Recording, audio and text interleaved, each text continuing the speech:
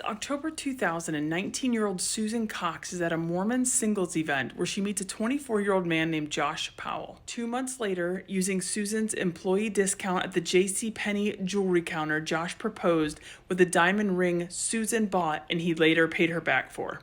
On April 6, 2001, just 6 months after meeting each other, Susan and Josh were married in Portland, Oregon at the Church of Jesus Christ of Latter-day Saints. Like most young married couples, Josh and Susan did not have a large income, so to help save money, they decided to move into the home of Josh's dad, Stephen Powell, in Washington State.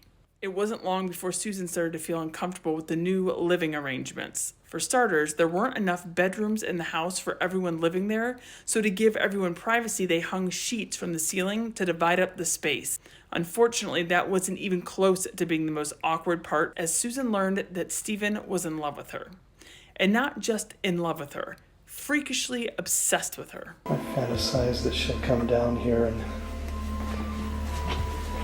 join me, but so far that's a daydream that hasn't come true. Once she found a mirror taped underneath a table.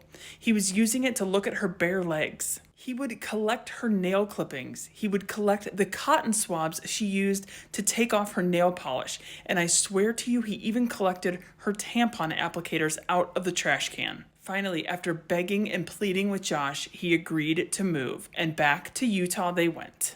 The following year, Susan gave birth to their first son, Charlie, followed by the birth of baby Braden a few years after that.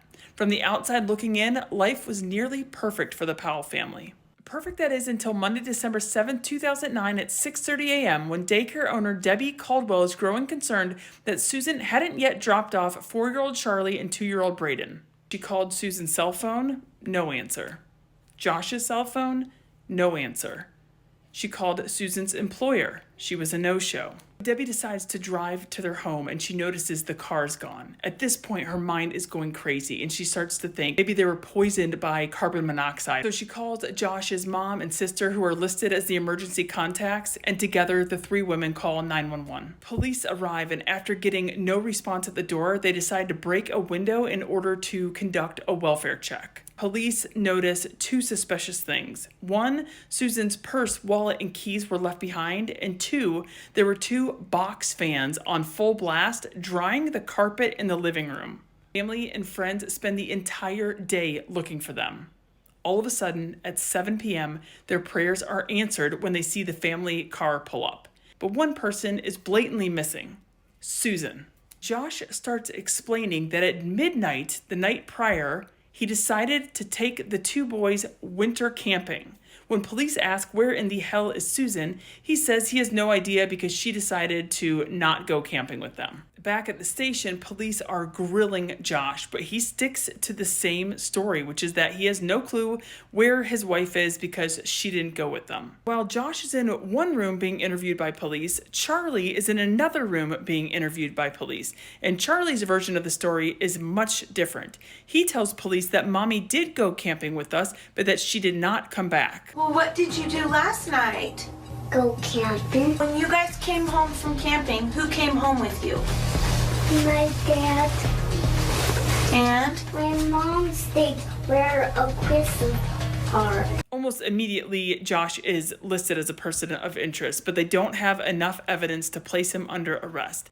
With mounting pressure and all eyes on Josh, he packs up the boys in the middle of the night and drives to Washington State and moves back in with his creepy father, Stephen Powell. Josh tells people that Susan ran away. He says he's read her diaries and he feels confident that she ran away because she needed to get away from her parents.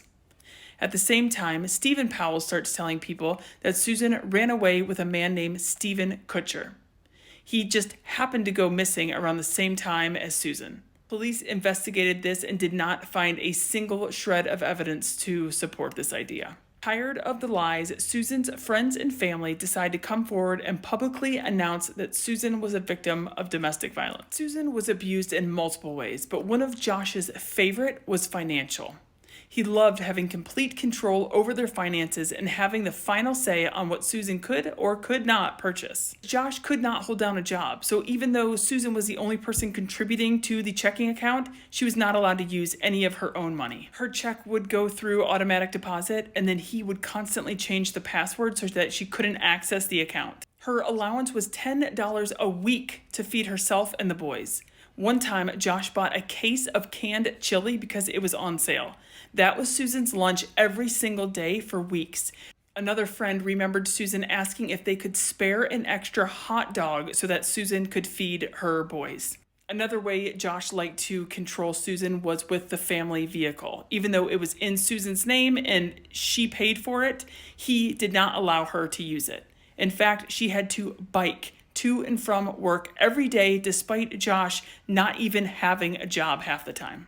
2 years go by, and remember, Josh is now living in Washington with his dad. Susan's parents, who so badly want to find their daughter, decide that desperate times call for desperate measures, and they go to Washington to hold a honkin' wave. They did this close to Stephen and Josh's home on purpose. They wanted to grab their attention, and their attention they grabbed because all of a sudden, Stephen and Josh show up. How is you coming here helping to find Susan? It isn't helping to find Susan. How is your standing at our neighborhood market helping to find Susan, Chuck? On August 25th, 2011, police obtained a search warrant for the home of Stephen Powell. This is when we learn the depth of Stephen's obsession with Susan. God, I worship her. She just turns me on. I'm in a perpetual state of turmoil when she's around. I just had what is probably the most erotic experience I've had in my entire life. Here's my stash of pictures that I feel very fortunate to have. There she is, and I don't know when. This is another high school shot, probably. He would follow her around, record her, take pictures of her, cut out pictures of her head and put them on the bodies of people in magazines. He even wrote a song about her. With the search warrant, police found pictures of his neighbor's minor daughters in the bathtub. It was enough for the judge to remove Charlie and Braden from Stephen's home and remove them from Josh's care. Finally, the judge agreed that it was in the best interest of Charlie and Braden to live with Susan's parents. In June 2012, Stephen was sentenced to 30 months in prison for child pornography. As police continued to investigate, they learned more about Susan's state of mind in the months leading up to her disappearance. She was accepting of the fact that Josh would not change, and she knew she needed to leave him. Police were able to trace a key that had been on Susan's keyring to a safety deposit box at a bank downtown. In the box were 2 items: a handwritten letter titled "Last Will and Testament for Susan Powell."